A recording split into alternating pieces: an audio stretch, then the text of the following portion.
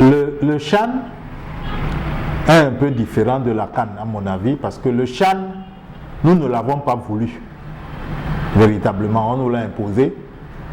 Il est pour nous une espèce d'épreuve préalable, sorte de galop d'essai, pour savoir si on pourra être au niveau pour organiser la CAN 2021. Donc à ce titre-là, je peux comprendre à un moment donné que la préparation soit un petit peu poussive, parce que ça nous a été imposé quelque peu. La CAN par contre, on l'a sauvée miraculeusement et on devait être prêt parce qu'elle était supposée être organisée en 2019. Ce qu'il y a, c'est que aujourd'hui le football, un événement de cette envergure, ne concerne plus uniquement le football. Sur le plan sportif, les joueurs des championnats locaux, des équipes qualifiées, ils seront là. Donc sur le plan du CHAN, je crois qu'on aura certainement les meilleurs des pays qualifiés. Le problème sur le plan sportif, quand on parle des joueurs uniquement, il va se poser au niveau de la CAN, avec ce changement de date de la CAN. Est-ce que nous aurons toutes les stars africaines qui jouent en Occident que nous voulons avoir? Il faut dire que c'est un point d'interrogation, parce que vous savez, les clubs ont déjà commencé à en parler. C'est une période où la Champions League commence à prendre son envol pour ceux qui veulent la gagner. Et il va être difficile qu'on ait toutes les stars africaines en cette période-là. Donc sur le plan sportif, le CHAN ne pose pas de problème, mais la CAN, à mon avis, je ne peux pas m'engager sur le plan purement sportif. Et sur le plan sportif aussi, il y a le public. Et là, c'est une inconnue aujourd'hui au Cameroun. Parce que quand notre équipe du CHAN fait un match amical à Yaoundé contre le Rwanda, et que le terrain est quasiment vide à un mois de la compétition, c'est inquiétant. C'est inquiétant. Et on peut se demander, est-ce qu'il y aura le public au CHAN? Les Camerounais aiment le foot, c'est vrai, mais on constate tous que depuis plusieurs années, les stades sont vides le dimanche. Les stades sont vides le mercredi quand on joue notre championnat. Donc sur ce plan-là également, quelques matchs vont certainement attirer les gens, mais je crois que ça va se dérouler un peu comme toutes les compétitions en Afrique en ce moment, où les terrains sont creux, les gradins sont un peu creux. Pour le CHAN, ça va être difficile sur certains sites. Quand je vois le site Limbé, ça va être compliqué. Douala et Yaoundé peut-être, et encore, il y a ça, avec la distance et le nombre de places, ça risque de sonner creux pour le CHAN. Ça vient de ce que les joueurs ne sont pas tout à fait connus. Le championnat n'est pas bien promu au Cameroun. Les Camerounais ne connaissent pas leur propre équipe nationale.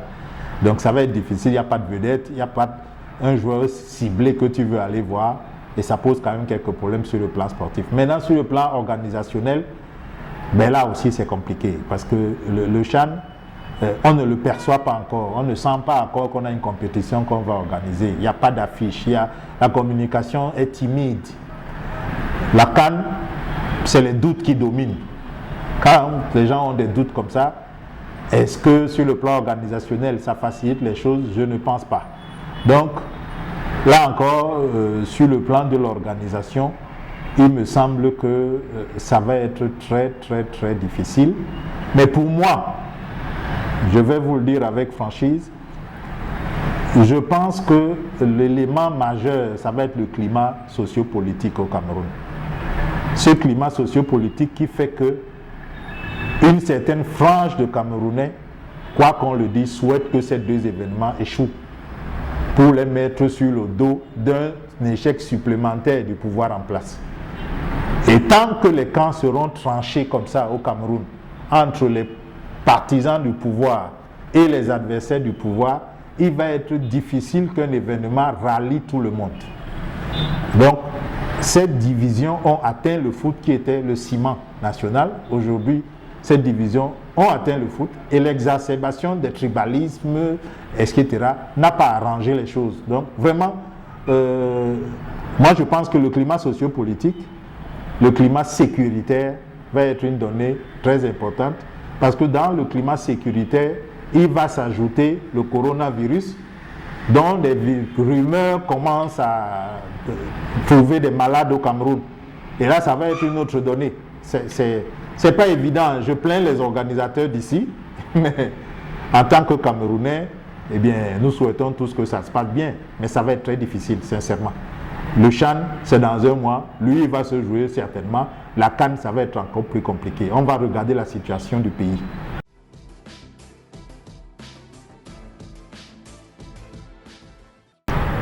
Si on nous avait dit depuis le départ qu'on est en train de constituer un staff avec des rôles définis, des sélectionneurs, des entraîneurs qui devraient aller regarder les matchs des adversaires, un entraîneur qui ferait les vidéos, analyse des vidéos, on comprendrait à la limite que tout ce staff-là est sous le sélectionneur. Ce qui m'a gêné, moi, c'est qu'on dit c'est des superviseurs. Pour la petite connaissance que j'ai, quand je suis votre superviseur, je suis votre supérieur. Je ne peux pas vous superviser en étant en dessous de vous. Donc ces entraîneurs qu'on a nommés comme superviseurs du staff technique de l'équipe nationale sont supposés être au-dessus du sélectionneur. En ce moment-là, comment vont-ils travailler? Est-ce que c'est eux qui corrigent la copie du sélectionneur? Quel est leur rôle en tant que superviseur? Je sais que l'un des responsables des associations d'entraîneurs au Cameroun, je vais le nommer Michel Kaham, a toujours dit que la pression autour des équipes nationales du Cameroun est tellement forte qu'il faut qu'il soit plusieurs Camerounais quand on veut confier le staff aux Camerounais. Et il se fondait sur l'exemple de 90 où on avait fait un collège d'entraîneurs. Mais ce collège était quand même pas supposé superviser Nepomniachtchi. C'est la différence cette fois. Donc moi j'ai l'impression qu'on n'a plus confiance au sélectionneur, à Roga, on lui fait plus confiance. Et pour ne pas le virer, parce que ça ferait mauvais genre à un mois de la compétition, etc., on a trouvé une solution intermédiaire en disant, ok, on lui met des superviseurs, des sortes de garde-fous qui vont corriger sa copie et tout ça. Mais moi je trouve ça un peu malsain. Parce que parmi ces entraîneurs, certains ont dirigé des équipes nationales. Qui étaient leurs superviseurs? Comment ils acceptent, eux, ce genre de rôle? Je trouve que, de leur part, ce n'est pas sérieux. Ils ont été eux-mêmes sélectionneurs, ils n'ont pas eu de superviseur, ils ont pu travailler. Ils ne peuvent pas penser que plusieurs années plus tard, avec les nouvelles technologies et les avancées de la science du foot, que Aroga, lui, aurait besoin de 3-4 superviseurs au-dessus de lui. Je crois que ce n'est pas sérieux de la part des entraîneurs. Ce n'est pas sérieux de la part de ceux qui ont nommé, parce que si vous n'avez plus confiance en quelqu'un, séparez-vous, ne faites pas le malin. Et c'est un peu comme dans nos clubs. Je crois que vous le voyez souvent dans nos clubs.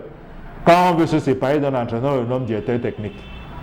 Et puis on prend un autre entraîneur. Ça n'a jamais marché. Vous savez très bien qu'à un moment donné, il y aura un clash, l'un des deux va partir. Donc c'est pareil là. On va voir ce que ça va donner d'ici le CHAN, mais ce n'est pas sérieux de faire comme ça. L'amateurisme ne veut pas quitter nos sélections nationales, malheureusement.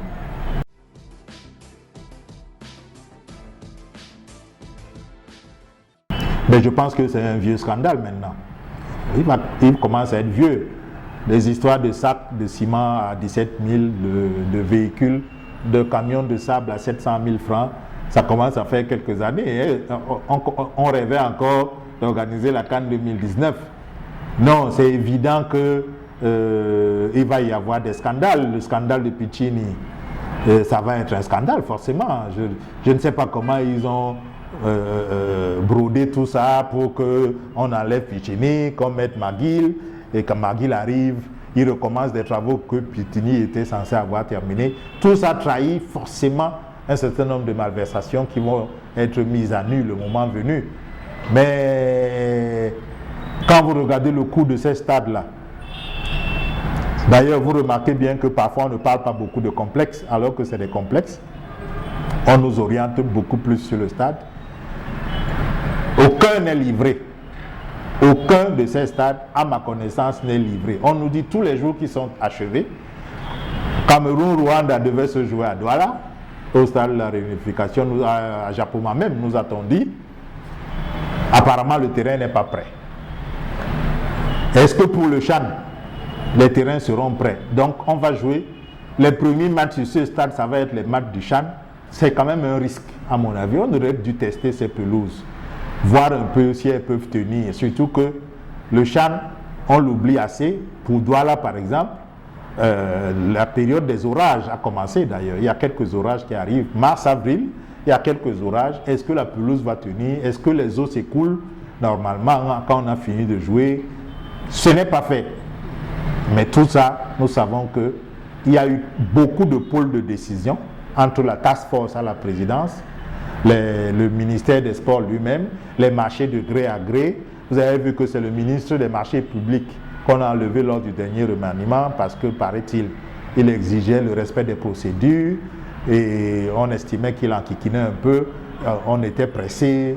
Vous savez que dans l'urgence au Cameroun, les dépenses sont gonflées, on ne les contrôle plus, tout est en espèces. C'est quand même difficile qu'il n'y ait pas de scandale, sauf si, comme on fait souvent au Cameroun, les prévaricateurs soient eux-mêmes les juges et les officiers de police judiciaire pour qu'on étouffe tout. C'est-à-dire, vous volez, vous faites le procès, vous faites tout vous-même et personne ne peut plus rien dire. Mais il est évident que, comme en 72, normalement, ces événements-ci doivent être suivis d'une vague d'arrestations pour malversation financière et autres.